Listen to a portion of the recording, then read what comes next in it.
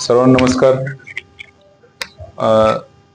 विधान परिषदेचे निवडणूक लागलेली आहे आणि सांगली सातारा स्थानिक स्वराज्य संस्था मतदारसंघातून महाविकास आघाडीतर्फे मी अधिकृत उमेदवार म्हणून या ठिकाणी निवडणूक लढवत आहे.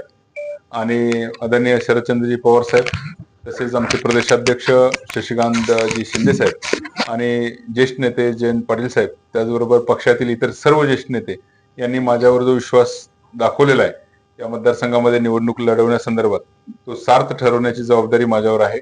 आणि त्या दृष्टीनं मी मतदारसंघामध्ये दौरे सुरू केलेले आहेत. या मतदारसंघामध्ये सर्वसाधारणपणे सरळ लढत होईल, भाजप विरुद्ध महाविकास आघाडी अशी.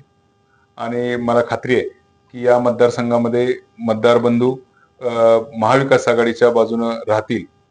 या मतदारसंघामध्ये 895 मतदान आहे आणि सांगली आणि सातारा हे 2 जिल्हे आहेत. आणि या दोन्ही जिल्ह्याची परिस्थिती सध्याची जर बघितली तर आज जे सत्ताधारी नगरसेवक आहेत, किंवा जे युतीतले नगरसेवक असतील किंवा जे विरोधातले नगरसेवक आहेत, या सर्वांना काही अडचणींना सामोरे जावं लागते. आज जे विरोधातले नगरसेवक आहेत त्यांच्यावर अगदी दुजाभाव केला जातो. त्यांना कोणत्याही प्रकारचं फंडिंग किंवा अनुदान किंवा त्यांच्या वॉर्डातली कामं करण्यासाठी त्यांना कसल्याही प्रकारची मदत सत्ताधाऱ्यांकडून मिळत नाही.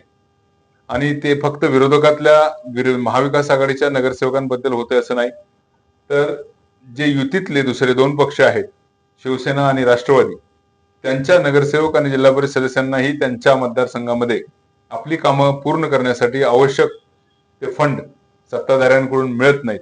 आणि अशा प्रकारच्या वल्गना अनेक वेळा याच जिल्ह्याचे जे मंत्री आहेत त्यांच्याकडून तुम्ही भाषणातून सुद्धा ऐकले असतील की सगळे फंड आम्ही देणार आहे, त्यामुळे तुम्ही आमच्याकडे या, अन्यथा तुम्हाला कसल्याही प्रकारचा निधी मिळणार नाही. तर अशा पद्धतीचे गोष्टी या नगरसेवक आणि जिल्हा परिषद सदस्यांना भोगाव्या लागत आहेत. आणि नगरसेवक असू द्या, जिल्हा परिषद सदस्य असू द्या, आज एक व्यक्ती 15 ते 30 हजार लोकांचं प्रतिनिधित्व करत असतो. आणि इतक्या मोठ्या संख्येने लोकांचं प्रतिनिधित्व करत असताना त्यांची कामं प्रामुख्याने करणं या त्या नगरसेवकाचं, जिल्हा परिषद सदस्याचं काम असतं. परंतु निधी अभावी आणि वरच्या सत्तेतल्या पक्षामधल्या लोकांच्या जो दृष्टिकोन आहे विरोधकांच्या बद्दल किंवा युतीतल्या दुसऱ्या पक्षांच्या बद्दल, त्यामुळं त्या निधीची उपलब्धता होत नाही, त्यांची कोणतीही कामं होत नाहीत. ही परिस्थिती झाली युतीतले दुसरे सदस्य आणि विरोधकांची. आज भाजपच्या नगरसेवकांची आणि जिल्हा परिषद सदस्यांची काय अवस्था आहे? आज त्यांच्या वॉर्डामध्ये जरी काही फंड पडले तरी त्यांच्या वॉर्डामध्ये ते काम कोणी करावं, ते काम कसं असावं, याविषयी त्यांना कोणताही अधिकार ठेवलेला नाही. केंद्रीय पातळीवरून सर्व अधिकार, सर्व टेंडर वाटले जातात. आणि त्या टेंडरमध्ये जर एखाद्या कॉन्ट्रॅक्टरनं चुकीचं काम करत असेल आणि भाजपचा नगरसेवक जरी त्या कॉन्ट्रॅक्टरला काही अरेरावी करत असेल किंवा तू हे चुकीचं करतोय म्हणत असेल, तरी सुद्धा कॉन्ट्रॅक्टर सरळ मंत्र्यांना फोन लावतात आणि वरून त्या नगरसेवकांना झापलं जातं, त्यांची झाडाझडती घेतली जाते. त्यामुळे स्वतःच्या वॉर्डातली जी कामं आहेत त्या कामं सुद्धा चांगली व्हावीत म्हणून भाजपचे नगरसेवक सुद्धा आपल्या तिथल्या स्थानिक कॉन्ट्रॅक्टरला सांगू शकत नाहीत. अशी परिस्थिती आहे. एकंदरीत जे वातावरण या ठिकाणी चालू आहे सातारा आणि सांगलीमध्ये विशेषतः, ते वातावरण ठराविक भाजपच्या मंत्र्यांमुळे दूषित झालेलं आहे. खरं तर ही भाजप विरुद्धची लढाई म्हणण्यापेक्षा भाजपचं नाव बदनाम करणारे जे मंत्री या ठिकाणी सातारा सांगलीमध्ये काम करतात, त्या मंत्र्यांच्या विरोधात ही लढाई आहे. त्यांनी खऱ्या अर्थानं मागच्या अनेक दिवसांपासून भाजपचं पक्षाचं नावही खराब केलंय आणि देवेंद्र फडणवीस साहेबांचं नाव सुद्धा या मंत्र्यांमुळे खराब झालेलं आहे. आणि खऱ्या अर्थानं ही लढाई ही आमची त्या प्रवृत्ती विरोधात आहे.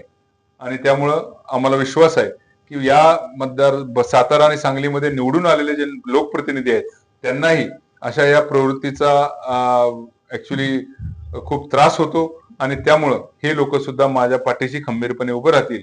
आणि भाजपचे असू द्या किंवा महाविकास आघाडीचे असू द्या किंवा इतर त्यांच्या मित्रपक्षांचे नगरसेवक असू द्या, सर्वच लोक या ठराविक मंत्र्यांना त्रासलेले आहेत आणि ते सगळे लोक माझ्या पाठीशी उभे राहतील ठामपणे, असा मला पूर्ण विश्वास वाटतो. त्यामुळे येणाऱ्या निवडणुकीत विजय हा नक्कीच महाविकास आघाडीचा उमेदवार म्हणून माझा होईल, यात मला शंका नाही. आणि त्यासाठी महाविकास आघाडीतले तिन्ही सदस्य, काँग्रेस, शिवसेना, उबाटा आणि राष्ट्रवादी काँग्रेस पार्टी शरदचंद्रजी पवार, या तिन्ही पक्षांचे नेत्यांची संपूर्ण फळी माझ्यासाठी या ठिकाणी मैदानात उतरलेली आहे. आणि त्यांच्या सर्वांच्या आशीर्वादानं, त्यांच्या सर्वांच्या साथीनं आम्ही हा विजय सुखकर करू असा मला पूर्ण विश्वास आहे.